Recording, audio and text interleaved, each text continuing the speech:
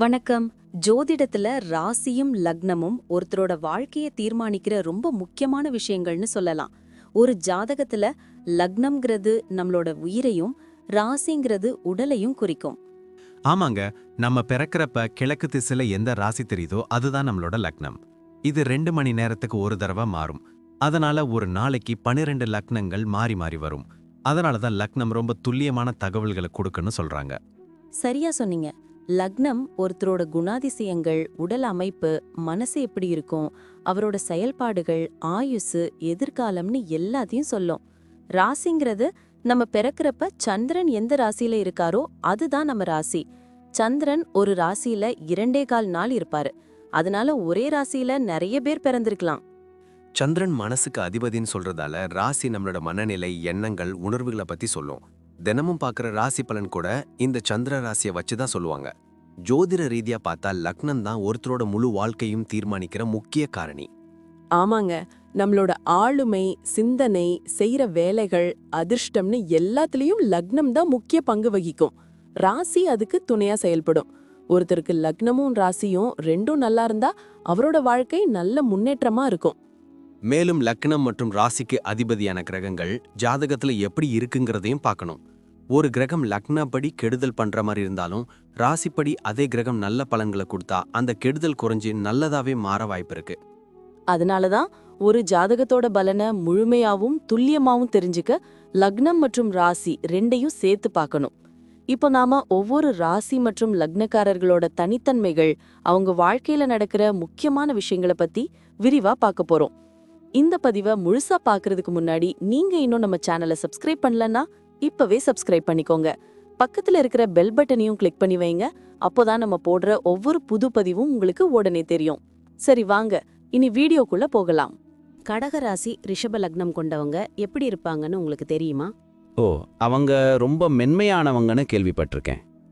தண்ணி ராசியான கடகமும் நிலராசியான ரிஷபமும் சேர்றதால உணர்ச்சி பூர்வமான அதே சமயம் உறுதியான குணம் இருக்கும்னு சொல்வாங்க. ஆமா, சரியா சொன்னீங்க. இயற்கையாவே அக்கறை உள்ளவங்களா இருப்பாங்க. குடும்பத்து மேல நிறைய பாசம் இருக்கும். கற்பனை சக்தி அதிகம். உள்ளுணர்வு மிக்கவங்களா இருப்பாங்க. கலை படைப்பு துறையில ஆர்வம் காட்டுவாங்களா? கண்டிப்பா. ஆனா சில சமயம் உணர்ச்சி வசப்படுவாங்க. பாதுகாப்பு உணர்வு அதிகம் இருக்கும். பிடிச்சவங்களுக்கு ரொம்ப விசுவாசமா இருப்பாங்க. சவால்கள் வந்தா பொறுமையா, உறுதியா சமாளிப்பாங்க. மத்தவங்க உணர்வுகளை புரிஞ்சிக்கிற திறன் அவங்களுக்கு அதிகம் இருக்கும்னு நினைக்கிறேன். அமைதியான சூழ்நிலையை விரும்புவாங்க. சௌகரியமான வாழ்க்கையை எதிர்பார்ப்பாங்க. குடும்ப வாழ்க்கையில அவங்க ரொம்ப முக்கியத்துவம் கொடுப்பாங்க. அவங்க வீட்டை ஒரு பாதுகாப்பான இடமா நினைப்பாங்க. பெற்றோர்கள், உடன்பிறப்புகள், உறவினர்கள் கூட நல்ல பிணைப்பு இருக்கும். குடும்ப உறுப்பினர்களின் தேவைகளை பூர்த்தி செய்ய எப்பவும் தயாரா இருப்பாங்களா? குழந்தைங்க கிட்ட ரொம்ப அன்பா இருப்பாங்கன்னு சொல்றது உண்மையா? முற்றிலும் உண்மை. குழந்தைங்க கிட்ட அளவு கடந்த அன்பை காட்டுவாங்க. குடும்பத்துல ஏதாவது பிரச்சனைனா பொறுமையா, அன்பா கையாளுவாங்க. பாரம்பரிய மதிப்புகளுக்கு மரியாதை கொடுப்பாங்க. விருந்தினர்களை உபசரிப்பதிலும் உறவினர்களை அரவணைப்பதிலும் இவங்களுக்கு நிகர் யாரும் இல்லைன்னு சொல்வாங்களே. வீட்டை அழகாக்குறதுல ஆர்வம் காட்டுவாங்களா? ஆமாம், குடும்பத்துக்காக எந்த தியாகத்தையும் செய்ய தயங்க மாட்டாங்க. வணிகத்துறையில இவங்க எப்படி இருப்பாங்க? ரொம்ப பொறுமையாவும் விடாமுயற்சியோடவும் செயல்படுவாங்க. நம்பகமான துறைகள்ல மட்டும்தான் முதலீடு செய்வாங்க. உடனடி லாபத்தை விட நிலையான வளர்ச்சியவே விரும்புவாங்க. உணவுத்துறை, விருந்தோம்பல், ரியல் எஸ்டேட், கலைப்பொருட்கள், அழகு சாதன பொருட்கள் போன்ற துறைகள் இவங்களுக்கு ரொம்ப நல்லா இருக்கும். ஊழியர்கள் கிட்ட அன்பா இருப்பாங்களா? கண்டிப்பா. சிறந்த நிர்வாகிகளா இருப்பாங்க. வியாபார சவால்களை புத்திசாலித்தனமா எதிர்கொண்டு வெற்றி பெறுவாங்க. நீண்டகால திட்டமிடுதல்ல வல்லவர்கள். வாடிக்கையாளர்களுக்கு சிறந்த சேவை வழங்குறதுல முனைப்பா இருப்பாங்க. கூட்டு வியாபாரத்தை விட தனித்து இயங்குறதையே விரும்புவாங்க. வேலை செய்யும் இடத்துல இவங்க எப்படி இருப்பாங்க? தங்கள் பணியில மிகுந்த அர்ப்பணிப்புடன் இருப்பாங்க. கடின உழைப்பாளிகள். வேலையை நேர்த்தியா முடிப்பாங்க. சவாலான பணிகளை ஏத்துக்கிட்டு திறம்பட செய்வாங்க. சக ஊழியர்கள் கிட்ட இணக்கமான உறவு இருக்கும். தலைமை பண்புகள் இவங்களுக்கு இயற்கையாவே அமைஞ்சிருக்குமா? ஆமா, பொறுப்புணர்வுடன் செயல்பட்டு நிறுவனத்துக்கு விசுவாசமா இருப்பாங்க. தங்கள் துறையில தொடர்ந்து கற்றுக்கொண்டு புதிய திறன்களை வளர்த்து கொள்வாங்க. கலை, இலக்கியம், கல்வி, மருத்துவம், உணவுத்துறை, மனநல ஆலோசனை போன்ற துறைகள்ல சிறந்து விளங்குவாங்க. செய்யும் வேலையில ஒரு திருப்தியை எதிர்பார்ப்பாங்க. நிதி விஷயங்கள்ல எப்படி இருப்பாங்க? ரொம்ப கவனமாவும் சிக்கனமாவும் இருப்பாங்க.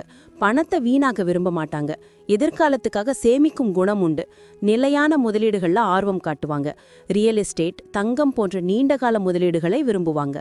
திடீர் செலவுகளை சமாளிக்க சேமிப்பு வைத்திருப்பாங்களா? கண்டிப்பா கடன்களை தவிர்த்து நிதி நிலையை ஸ்திரமா வைத்துக்கொள்ள முயற்சிப்பாங்க. வருமானத்தை முறையாக திட்டமிட்டு செலவு செய்வாங்க. நிதி விஷயங்கள்ல மத்தவங்க ஆலோசனையை விட தங்கள் சொந்த முடிவுகளையே நம்புவாங்க. குடும்பத்தின் நிதி பாதுகாப்புக்கு முக்கியத்துவம் கொடுப்பாங்க. ஆரோக்கியம் எப்படி இருக்கும்? உணவு பழக்க வழக்கங்கள்ல கவனமா இருக்கணும். செரிமான மண்டலம், வயிறு, மார்பு பகுதிகள் எளிதில் பாதிக்கப்படக்கூடியவை. சத்தான உணவுகள், மன அழுத்தத்தை குறைக்கிறது அவசியம். முறையான உடற்பயிற்சி, யோகா நல்லது. நீர்ச்சத்து நிறைந்த உணவுகளை அதிகம் எடுத்துக்கணும். மன அமைதி இவங்களுக்கு ரொம்ப முக்கியமா? ஆமா, குடும்ப பிரச்சனைகள் அல்லது தனிப்பட்ட வருத்தங்கள் இவங்களோட ஆரோக்கியத்தை பாதிக்கலாம். அதனால மனதை அமைதியா வைத்துக்கொள்வது அவசியம். இயற்கை மருத்துவ முறைகள்ல நம்பிக்கை கொண்டவங்களா இருப்பாங்க. குழந்தைங்க விஷயத்துல இவங்க எப்படி இருப்பாங்க? ரொம்ப அன்பான பெற்றோர்களா இருப்பாங்க. குழந்தைங்களுக்கு சிறந்த கல்வி, பாதுகாப்பான சூழலை வழங்குவாங்க. குழந்தைங்களோட திறமைகளை ஊக்குவித்து சரியான பாதையில வழி நடத்துவாங்க. சில சமயம் அதிக பாதுகாப்பு உணர்வு காரணமா குழந்தைங்கள சுதந்திரமா செயல்பட அனுமதிக்க மாட்டாங்கன்னு சொல்றது உண்மையா? ஆமா, அது ஒரு சின்ன பிரச்சனையா அமையலாம். அதனால அவங்களுக்கு தேவையான சுதந்திரத்தை வழங்குவதும் அவசியம். குழந்தைங்களோட நலனுக்காக எந்த தியாகத்தையும் செய்ய மாட்டாங்க. நல்ல பழக்க வழக்கங்களை கத்துக் கொடுப்பாங்க. பயணத்தை பொறுத்தவரை குடும்பத்தோட பயணம் செய்ய விரும்புவாங்க. இயற்கை இடங்கள், வரலாற்று சிறப்புமிக்க இடங்கள், நீர்நிலைகள் உள்ள இடங்கள் இவங்களுக்கு ரொம்ப பிடிக்கும். சாகச பயணங்களை விட அமைதியான ஓய்வெடுக்கும் பயணங்களையே விரும்புவாங்க. புதிய இடங்களை ஆராய்வதிலும் கலாச்சாரங்களை புரிந்து கொள்வதிலும் ஆர்வம் காட்டுவாங்க. நீண்ட தூர பயணங்களை விட குறுகிய தூர பயணங்களையே அதிகம் மேற்கொள்வார்களா? ஆமா, குடும்பத்தோட பயணம் செய்யும்போது மிகுந்த மகிழ்ச்சியே பெறும். பயணங்கள் இவங்களுக்கு மன அமைதியையும் புத்துணர்ச்சியும் அளிக்கும். கடைசியா கடகராசி ரிஷப லக்னம் கொண்டவங்கள பத்தி என்ன சொல்வீங்க? உணர்ச்சி பூர்வமான, அக்கறையுள்ள, பொறுமையான மற்றும் ஸ்திரமான குணாதிசயங்களை கொண்டவங்க. குடும்பம் இவங்களுக்கு முக்கியம்.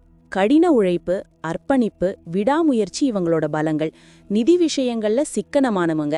எதிர்கால சிந்தனையோட செயல்படுவாங்க. வாழ்க்கையில ஸ்திரத்தன்மையையும் பாதுகாப்பையும் விரும்புவாங்க. உறவுகள்ல ரொம்ப விசுவாசமானவங்க, நம்பிக்கைக்குரியவங்க. சில சமயம் உணர்ச்சி வசப்பட்டாலும் உள்ளுணர்வு, பொறுமை மூலம் எந்த சவாலையும் எதிர்கொள்ளும் திறன் கொண்டவங்கன்னு சொல்லலாமா? சரியா சொன்னீங்க. இவங்க வாழ்க்கையில நல்லிணக்கத்தையும் அன்பையும் விரும்புவாங்க. இவங்களோட இந்த குணாதிசயங்கள் இவங்கள வாழ்க்கையில வெற்றி பெற உதவும். நன்றி. நான் இப்போ சொன்ன விஷயங்கள் எல்லாம் பொதுவான பலன்கள் மட்டும்தான். உங்களுடைய சுய ஜாதகத்தை பொறுத்து சில விஷயங்கள் மாறுபட வாய்ப்பிருக்கு. ஆனாலும் நான் சொன்ன பெரும்பாலான விஷயங்கள் உங்க வாழ்க்கையில நடக்கும்னு நம்புறேன். இந்த வீடியோ உங்களுக்கு பிடிச்சிருந்துச்சுன்னா நான் அடுத்து பாகம் 2 எடுக்க தயாரா இருக்கேன். பாகம் 2 வேணும்னா பாகம் 2ன்னு டைப் பண்ணுங்க. நிறைய நண்பர்கள் பாகம் 2 கேட்டா சீக்கிரமே பாகம் 2 வீடியோவை பதிவு செய்றேன். இந்த வீடியோ உங்களுக்கு பிடிச்சிருந்தா லைக் பண்ணுங்க, ஷேர் பண்ணுங்க, நம்ம சேனலை சப்ஸ்கிரைப் பண்ணுங்க, பக்கத்துல இருக்கிற ஆல் பட்டனை கிளிக் பண்ணி வச்சுக்கோங்க. அப்போதான் நாங்க போடுற வீடியோக்கள் உங்களுக்கு உடனுக்குடன் நோட்டிஃபிகேஷனா வரும். உங்களுடைய எதிர்கால வெற்றிக்கு என்னுடைய வாழ்த்துக்கள். நன்றி. வாழ்க வளமுடன்.